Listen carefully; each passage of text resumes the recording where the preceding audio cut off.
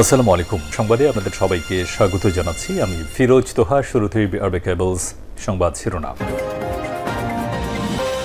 জানিয়ে দেব এই মুহূর্তে হাতে পাওয়া সর্বশেষ গুরুত্বপূর্ণ আপডেট বাংলা সংবাদ। শুরুতেই থাকছে শেখ হাসিনার ফোনালাপ প্রকাশ্যে আনল আওয়ামী লীগ। ছাত্র জনতার অভ্যুত্থানে গত ৫ আগস্ট দেশ ছেড়ে পালিয়েছেন শেখ হাসিনা। এর আগে প্রধানমন্ত্রীর পদ থেকে পদত্যাগ করেন তিনি। ওই দিন থেকে ভারতে আশ্রয়ে আছেন। দেশ ছাড়ার পর প্রকাশ্যে আওয়ামী লীগ সভাপতিকে দেখা না গেলেও বিবৃতি দিয়েছিলেন তিনি। এরই মধ্যে শেখ হাসিনার বেশ কয়েকটি অডিও ক্লিপ সামাজিক যোগাযোগ মাধ্যমে ভাইরাল হয়েছে। বিভিন্ন দিক নির্দেশনা দিচ্ছে নেতাকর্মীকে, আর এর জেরে অনেক নেতাকর্মীকে গ্রেপ্তারও করা হয়েছে। এবার শেখ হাসিনার একটি অডিও ক্লিপ আওয়ামী লীগের ফেসবুক পেজ থেকে প্রকাশ করা হয়েছে।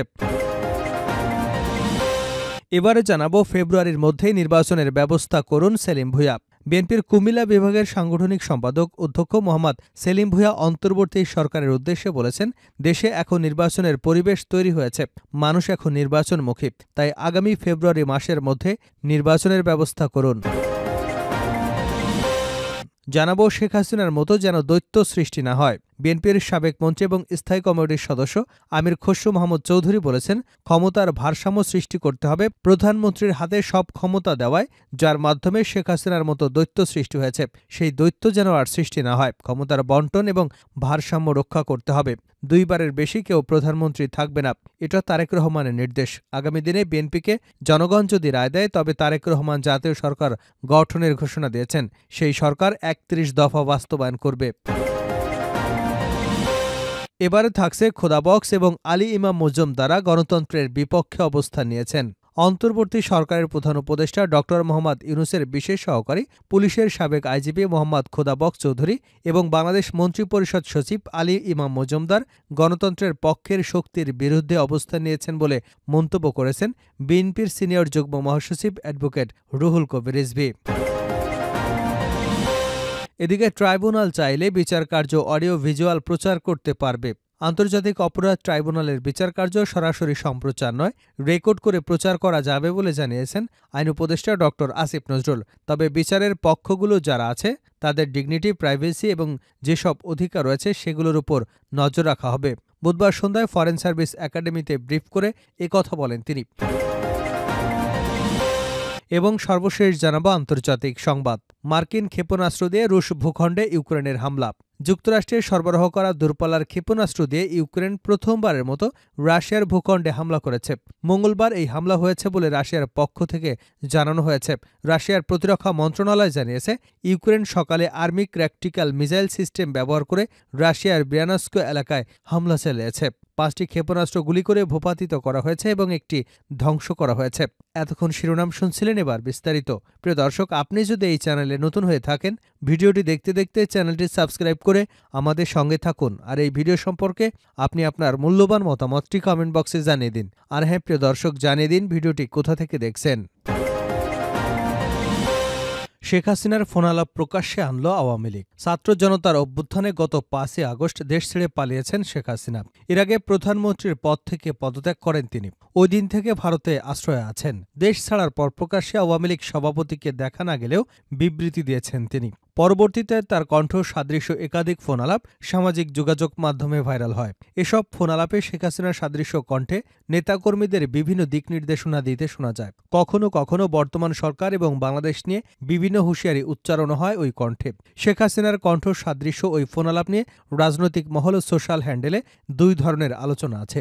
কেউ কেউ দাবি করছেন এগুলো এআই দিয়ে তৈরি। শেখ হাসিনার ফোনালাপের কোনো সত্যতা নেই। তবে শেখ হাসিনার সঙ্গে ফোনালাপের কথা বলার অভিযোগে দেশে একাধিক ব্যক্তি গ্রেপ্তার হয়েছেন। অন্য একটি পক্ষ বলছে, শেখ হাসিনা আনুষ্ঠানিক বিবৃতি বা বক্তব্য দিতে না পারায় নেতাকর্মীদের নির্দেশনা দিতে এ পথ বেছে নিয়েছেন।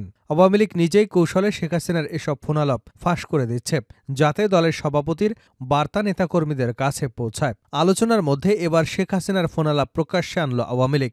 দলটি তাদের ভেরিফাইড ফেসবুক পেজে শেখ হাসিনার কল রেকর্ড প্রকাশ করে। ওই ফেসবুক পোস্ট থেকে জানা যায়, ডেনমার্ক আওয়ামী লীগের সাথে টেলিকনফারেন্সে ছিলেন শেখ হাসিনা। সেখানে 3 মিনিট 35 সেকেন্ডের কথোপকথন প্রকাশ করা হয়। সোমবার এই ফোনালাপটি সামাজিক যোগাযোগ মাধ্যমে ছড়িয়ে পড়ে। ফোনালাপের শুরুতে অন্তর্বর্তী সরকারের প্রধান উপদেষ্টা ও ছাত্র আন্দোলনের সমন্বয়কদের খুনি বলে আখ্যায়িত করে শেখ হাসিনা।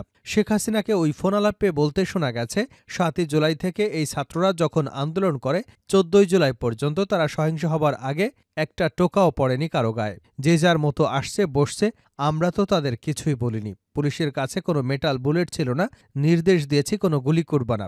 পুলিশ ব্যারিকেড উঠিয়ে তারা ইচ্ছেমতো আন্দোলন করেছে।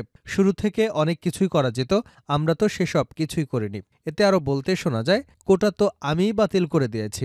যেখানে কোনো কোটাই নেই সেখানে আন্দোলনটা কিসের জন্যে? তারপর আমাদের মন্ত্রীরা তাদের সাথে বসে, তাদের দাবি দেওয়া মানা হয়, দাবি মানার পরও এবার এক দফা, শেখ হাসিনাকে খুন করো, এই তো কথা। তাদের টার্গেট ছিল আমাকে হত্যা করা। তিনি আরও বলেন, শেয়ার মার্কেটের টাকা উধাও, ব্যাংকে টাকা নাই, ব্যাংকের টাকা উধাও, সেসব টাকা গেল কোথায়? 20 লাখ মেট্রিক টন খাদ্য আমি রেখে আসছি, 1 কোটি পরিবারের জন্য টিসিবির কার্ড দিয়েছি।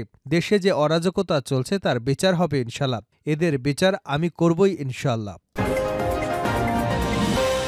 ফেব্রুয়ারির মধ্যে নির্বাচনের ব্যবস্থা করুন সেলিম ভূঁইয়া। বিএনপির কুমিল্লা বিভাগের সাংগঠনিক সম্পাদক অধ্যাপক মোহাম্মদ সেলিম ভূঁইয়া অন্তর্বর্তী সরকারের উদ্দেশ্যে বলেছেন, দেশে এখন নির্বাচনের পরিবেশ তৈরি হয়েছে, মানুষ এখন নির্বাচনমুখী, তাই আগামী ফেব্রুয়ারি মাসের মধ্যে নির্বাচনের ব্যবস্থা করুন। বিএনপির ভারপ্রাপ্ত চেয়ারম্যান তারেক রহমানের নির্দেশে বিএনপি এই সরকারকে সব ধরনের সহযোগিতা করছে উল্লেখ করে সেলিম ভূঁইয়া বলেন, বিএনপিকে নিয়ে কোনো ষড়যন্ত্র করলে নেতাকর্মীরা তা মেনে নেবে না। নির্বাচনের মাধ্যমে বিএনপি রাষ্ট্র ক্ষমতায় গেলে দেশে আবারও শান্তি শৃঙ্খলা ফিরে আসবে এবং পরিস্থিতি স্বাভাবিক হয়ে যাবে। দুপুরে ব্রাহ্মণবাড়িয়ার বাঞ্ছারামপুর উপজেলার উজানচর ইউনিয়নের রাধানগর মাদ্রাসা মাঠে উপজেলা বিএনপির দ্বিবার্ষিক সম্মেলনে প্রধান অতিথির বক্তব্যে এসব কথা বলেন তিনি। চরম উত্তেজনা আর একাংশের নেতাকর্মীদের বিক্ষোভ ও প্রশাসনের 144 ধারা জারির ভেতরেই ব্রাহ্মণবাড়িয়ার বাঞ্ছারামপুর উপজেলায় বিএনপি দ্বিবার্ষিক সম্মেলন অনুষ্ঠিত হয়েছে। সম্মেলনে কেন্দ্রীয় কৃষক দলের যুগ্ম সাধারণ সম্পাদক কৃষিবিদ মেহেদী হাসান পলাশকে সভাপতি ও উপজেলা বিএনপির বর্তমান কমিটির সদস্য সচিব এ.কে. মোসাকে সাধারণ সম্পাদক করে নতুন কমিটি ঘোষণা করা হয়েছে। যদিও সম্মেলনে প্রধান অতিথি থাকার কথা ছিল বিএনপির সিনিয়র যুগ্ম মহাসচিব রুহুল কবির রিজভী, কিন্তু দুপক্ষের রেষারেষির কারণে 144 ধারা জারি হলে তিনি আর সেখানে যাননি। শেখ হাসিনার মতো যেন দৈত্য সৃষ্টি না হয় আমির খসরু। বিএনপির সাবেক মন্ত্রী এবং স্থায়ী কমিটির সদস্য আমির খসরু মাহমুদ চৌধুরী বলেছেন, ক্ষমতার ভারসাম্য সৃষ্টি করতে হবে। প্রধানমন্ত্রীর হাতে সব ক্ষমতা দেওয়ায় যার মাধ্যমে শেখ হাসিনার মতো দৈত্য সৃষ্টি হয়েছে, সেই দৈত্য যেন সৃষ্টি না হয়। ক্ষমতার বন্টন এবং ভারসাম্য রক্ষা করতে হবে। 2 বারের বেশি প্রধানমন্ত্রী কেউ থাকতে পারবে না, এটা তারেক রহমানের নির্দেশ। আগামী দিনে বিএনপিকে জনগণ যদি রায় দেয়, তারেক রহমান জাতীয় সরকার গঠনের ঘোষণা দিয়েছেন, সেই সরকারের 31 দফা বাস্তবায়ন করবে। বিএনপির ভারপ্রাপ্ত চেয়ারম্যান তারেক রহমান কর্তৃক ঘোষিত রাষ্ট্রকাঠামো মেরামতের 31 দফা বাস্তবায়নের লক্ষ্যে বুধবার এক জনসভায় তিনি এসব কথা বলেন। খোদা বক্স এবং আলী ইমাম মজুমদারা গণতন্ত্রের বিপক্ষে অবস্থান নিয়েছে। অন্তর্বর্তী সরকারের প্রধান উপদেষ্টা ড. মোহাম্মদ ইউনূসের বিশেষ সহকারী পুলিশের সাবেক আইজিপি মোহাম্মদ খোদা বক্স চৌধুরী এবং সাবেক মন্ত্রিপরিষদ সচিব আলী ইমাম মজুমদার গণতন্ত্রের পক্ষের শক্তির বিরুদ্ধে অবস্থান নিয়েছে বলে মন্তব্য করেছেন বিএনপির সিনিয়র যুগ্ম মহাসচিব অ্যাডভোকেট রুহুল কবির রিজভী। তিনি বলেছেন, এখন নতুন কেউ কেউ উপদেষ্টা পরিষদে কিংবা প্রধান উপদেষ্টার কর্মকর্তা হিসেবে যোগদান করে আন্দোলনের সপক্ষে ছিলেন, যারা সহানুভূতি ছিলেন তাদেরকে টার্গেট করেছেন। খোদা বক্স সাহেব একজন পুলিশের সাবেক আইজিপি ছিলেন, কিন্তু এই 15.5 বছর তিনি কি ভূমিকা রেখেছেন? তিনি কয়জন লোককে চেনেন? আমরা চিনি। আমরা প্রতি মুহূর্তে নিপীড়িত হয়েছি। এই অফিস ভেঙে 4-5 বার ধরে নিয়ে যাওয়া হয়েছে আমাদের। এখানে আমরা যারা বসে আছি, সেদিন শেখ হাসিনার পতন হয়েছে, তার পরদিন আমরা জেলখানা থেকে মুক্তি পেয়েছি, তার আগের দিন পর্যন্ত আমরা রিমান্ডে ছিলাম। বুধবার বিকেলে নয়াপল্টনে দলের কেন্দ্রীয় কার্যালয়ে সাংবাদিকদের সঙ্গে মত বিনিময়কালে এসব কথা বলেন তিনি। রিজভী আরও বলেন, এই যে গণতান্ত্রিক আন্দোলনের স্পিরিট, এই যে চেতনা, এটাকে কি তারা ধারণ করতে পারেন? খোদা বক্স সাহেবরা এটা তো তারা ধারণ করেন না, বড় বড় কথা বলেন, দেখাতে চান যে তারা অত্যন্ত নিরপেক্ষ। আপনি তো বিএনপির সময় আইজিপি ছিলেন, আপনি তখন কি করতে পেরেছিলেন? আপনাদের কারণেই তো ১-১১ এসেছে, অগণতান্ত্রিক শক্তি এসেছে। তিনি আরও বলেন, উপদেষ্টা পরিষদে থাকার পর আলী ইমাম মজুমদার সাহেব প্রশাসনিক পুনর্বিন্যাস করবার জন্য ডিসি নিয়োগ দেন, কিন্তু তিনি বেছে বেছে আওয়ামী ফ্যাসিবাদের পক্ষে থাকা প্রশাসনিক ব্যক্তিদের ডিসি হিসেবে নিয়োগ দেন। পরে হয়তো বিতর্কিত হয় সেটি পরিবর্তন করা হয়েছিল, কিন্তু উনি এই ১৫.৫ বছর শেখ হাসিনার আমলে কি ভূমিকা রেখেছেন? নিঃসন্দেহে উনি একজন বুদ্ধিজীবী মানুষ, পত্রিকা লেখালেখি করেন, কিন্তু তিনি কি কখনো গণতান্ত্রিক আন্দোলনের পক্ষে একটি আর্টিকেল লিখেছেন?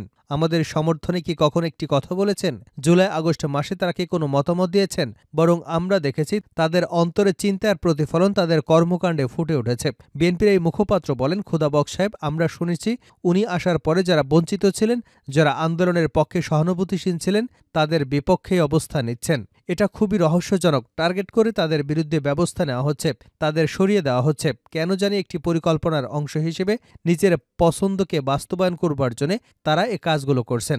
অথচ জেলখানার ভেতরে বসে সালমান এফ রহমান নানা কারসাজি করছেন, অপতৎপরতা চালাচ্ছেন, কিন্তু এর বিরুদ্ধে কোনো পদক্ষেপ নেওয়া হয়নি। কারাগারের ভেতরে তিনি রাজার হালে আছেন এবং সেখানে থেকেই সব পরিকল্পনা করছেন, এটা আমরা প্রমাণ পাচ্ছি।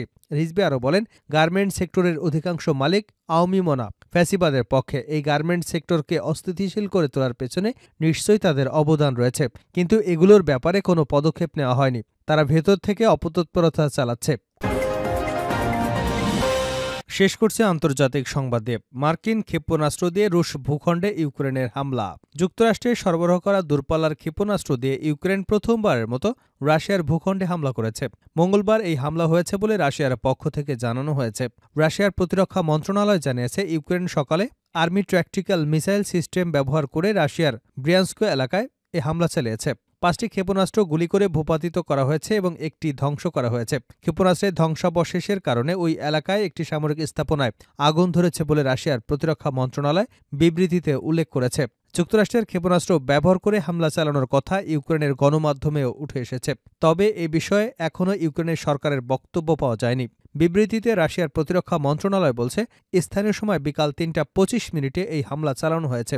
একটি ক্ষেপণাস্ত্রের ধ্বংসাবশেষ পড়ার পরে আগুন ধরে যায়। দ্রুত ওই আগুন নেভানো হয়েছে। এ ঘটনায় কেউ হতাহত হয়নি। এর আগে ইউক্রেনের সামরিক বাহিনী নিশ্চিত করে যে তারা রাশিয়ার ব্রিয়ানস্ক এলাকায় একটি গোলাবারুদের গুদামে হামলা চালিয়েছে, তবে এই হামলায় এটিসিএমএস ব্যবহার করা হয়েছে কিনা সেটা নিশ্চিত করতে পারেনি।